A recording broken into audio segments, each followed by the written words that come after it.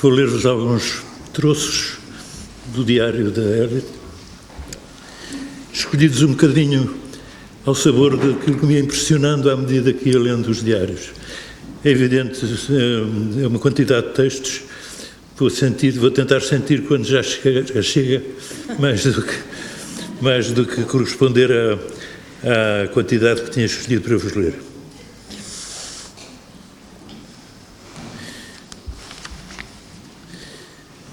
Mais prisões outra vez, terror, campos de concentração, o levar indiscriminadamente pais, irmãs, irmãos. Uma pessoa procura o sentido da vida e pergunta-se se ela na realidade ainda tem sentido. Mas este é um assunto que cada um deve decidir consigo e com Deus. E talvez cada vida tenha o seu próprio sentido e dure uma vida inteira para o encontrar. Pelo menos de momento, perdi toda a relação com as coisas e a vida. E tenho a sensação de que tudo é casual e que interiormente uma pessoa se deve desligar dos outros e de tudo. Parece tudo tão ameaçador e sinistro. E depois a grande impotência.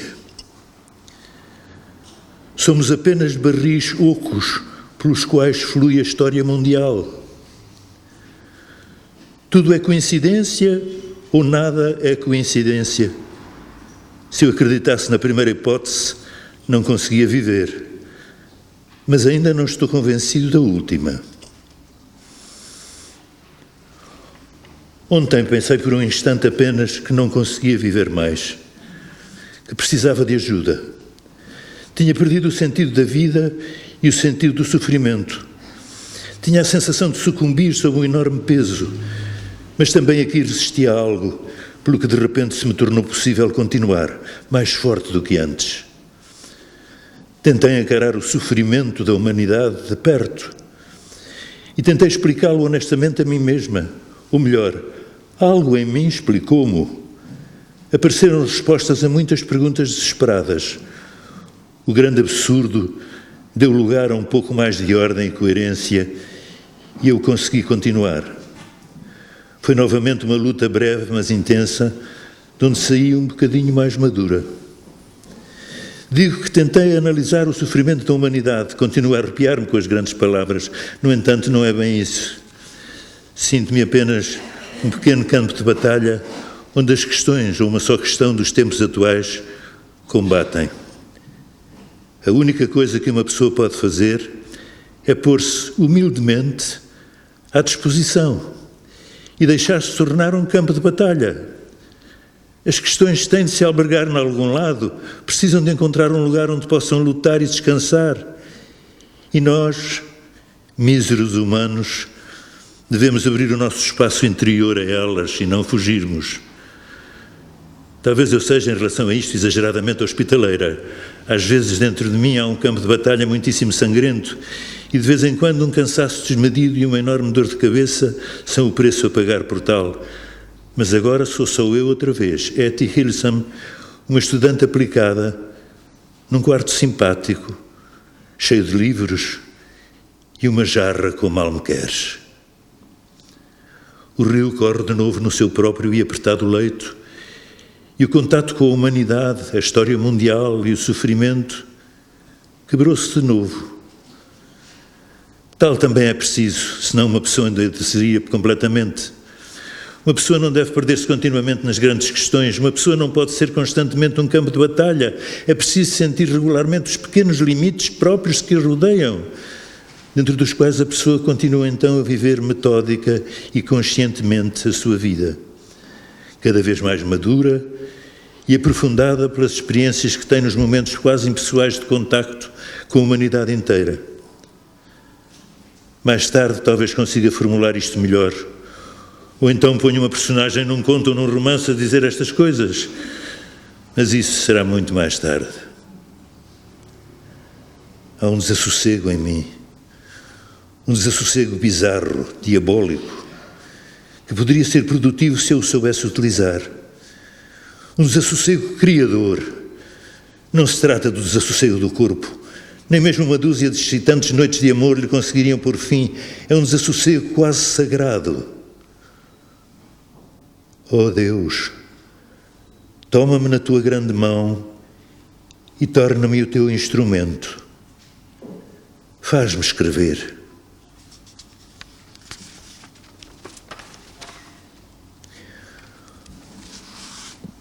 O grande crânio da humanidade, o poderoso cérebro da humanidade e o grande coração da humanidade. Todos os pensamentos, por mais contraditórios que sejam, acabam por nascer daquele grande cérebro, o cérebro da humanidade, de toda a humanidade. Eu sinto como um grande todo e talvez por isso, de vez em quando, aquele grande sentimento de harmonia e paz, apesar das muitas contradições.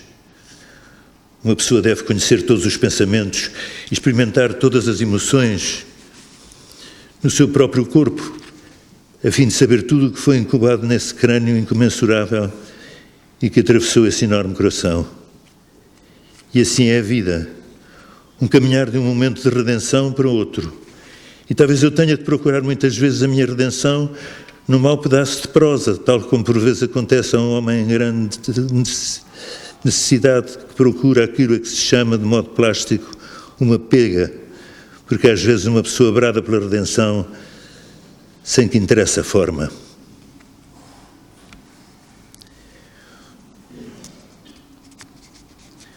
Como reação à sua falta de forma, onde não há amplidão, mas sim desordem e incerteza, má gestão, por assim dizer, talvez se encontre às vezes, embora menos nos últimos tempos, a forma forçada de lutar por unidade, de limitação, sistema. Mas a única unidade boa é aquela que reúne em si todos os opostos e momentos de irracionalidade, porque senão é novamente constrangimento e prisão, que não fazem justiça à vida.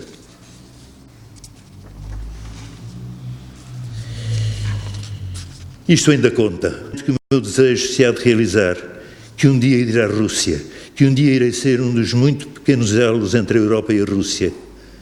Essa é uma certeza que tenho dentro de mim, que não é perturbada pela nova certeza que querem o nosso extermínio. Também isso eu aceito. Sei-o agora. Não vou incomodar outros com os meus medos, não vou ficar amargurada se outras pessoas não entendem do que se trata para nós, judeus. Esta certeza não vai ser corroída ou invalidada pela outra. Trabalho e vivo com a mesma convicção e acho a vida prenhe de sentido, cheia de sentido, apesar de tudo, embora já não me atreva a dizer uma coisa dessas em grupo. O viver e o morrer, o sofrimento e a alegria, as bolhas nos meus pés gastos e o jasmim atrás do quintal, as perseguições, as incontáveis violências gratuitas, tudo e tudo em mim é como se fosse uma forte unidade. E eu aceito tudo como uma unidade e começo a entender cada vez melhor, espontaneamente para mim, sem que ainda eu consiga explicar a alguém como é que as coisas são. Gostava de viver longamente para no fim, mais tarde, conseguir explicar, e se isso não me for dado, pois bem, nesse caso uma outra pessoa irá fazê-lo, e então o outro continuará a viver a minha vida, ali onde a minha foi interrompida. E por isso tenho de viver a minha vida tão bem e tão completa e convincentemente, quanto possível até ao meu derradeiro suspiro, para que o que vem a seguir a mim, não precise de começar de novo, nem tenha as mesmas dificuldades. Não é isso também fazer alguma coisa pela posteridade? O amigo judeu de Bernard mandou-me perguntar, a quando do último decreto, se ainda não era desta que eu achava que eles deviam ser todos abatidos, de preferência cortados às postas, um por um.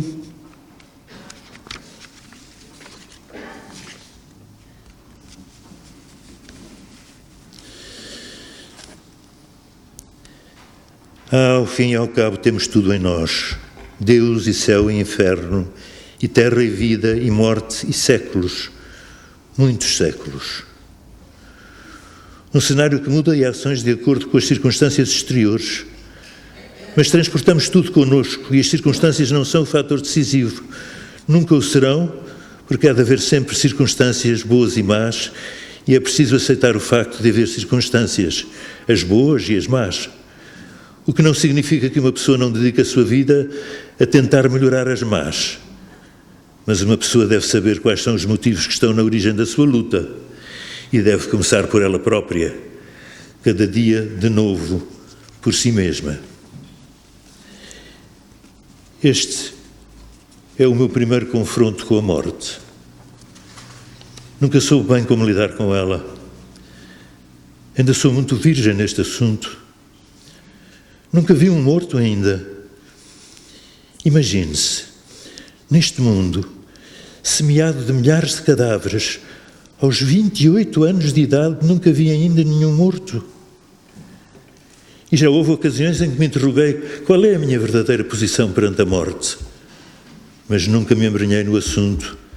Ainda não era tempo para isso. E agora ali está a morte por inteiro e pela primeira vez. Contudo, é como se fosse uma velha conhecida que faz parte da vida e que é preciso aceitar. É tudo tão simples. Não é necessário fazer observações profundas sobre ela. De repente a morte entrou na minha vida. Grande, simples e óbvia e quase em silêncio.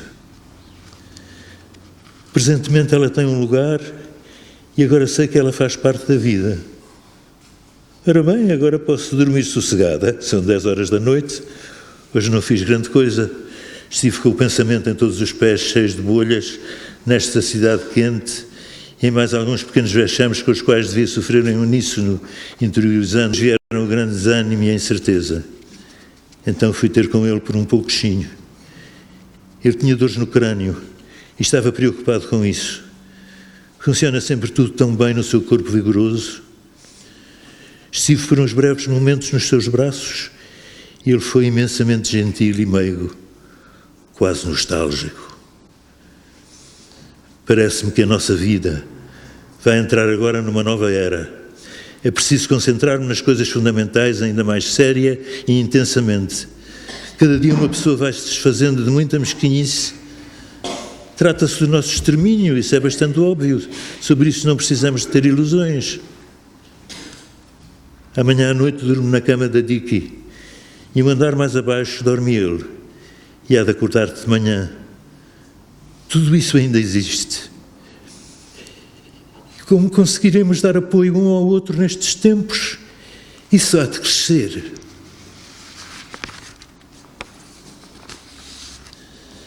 Desde ontem envelheci um pouco mais. De uma penada envelheci muitos mais anos e tornei-me mais séria. E o desânimo largou-me, uma força maior ocupou o seu lugar.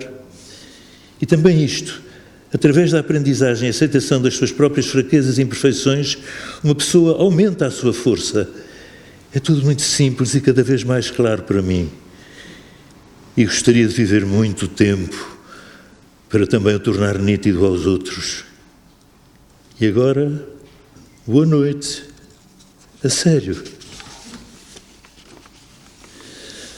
São tempos temerosos, meu Deus. Esta noite, pela primeira vez, passei deitada no escuro de olhos abertos e a arder, e muitas imagens do sofrimento humano desfilavam perante mim. Vou prometer-te uma coisa, Deus, só uma ninharia. Não irei sobrecarregar o dia de hoje com igual número de preocupações em relação ao futuro, mas isso custa um certo exercício. Cada dia já tem a sua conta.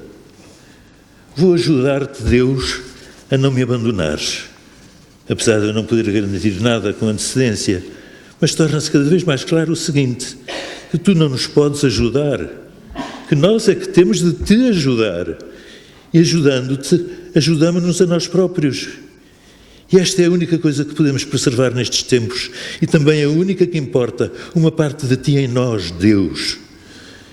E talvez possamos ajudar a pôr-te a descoberto nos corações atormentados dos outros. Sim, meu Deus, quanto às circunstâncias, pareces não ter lá grande influência sobre elas. É evidente que fazem parte indissolúvel desta vida. Também não te chamo à responsabilidade por isso. Tu é que podes mais tarde chamar-nos à responsabilidade. E quase a cada batida do coração torna-se-me isto mais nítido, que tu não nos podes ajudar, que nós devemos ajudar-te e que a morada em nós, onde tu resides, tem de ser defendida até às últimas. Existem pessoas a sério que é verdade que no último momento põem aspiradores a salvo e garfos e colheres de prata em vez de ti, meu Deus. E há gente que quer salvar o corpinho, no qual se acolhem somente 1000 medos e rancores, e dizem: a mim não me lançam eles a garra. E esquecem-se de que ninguém fica nas garras de ninguém se estiverem nos teus braços. Mas começo a ficar um bocadinho mais calma, Deus, por causa desta conversa contigo. Hei de ter mais conversas contigo no futuro próximo e, deste modo, impedir que me fujas. Também hás de viver tempos tão fortemente pela minha confiança, mas acredita que continuarei a trabalhar para ti e a ser-te fiel e não te expulsarei do meu território.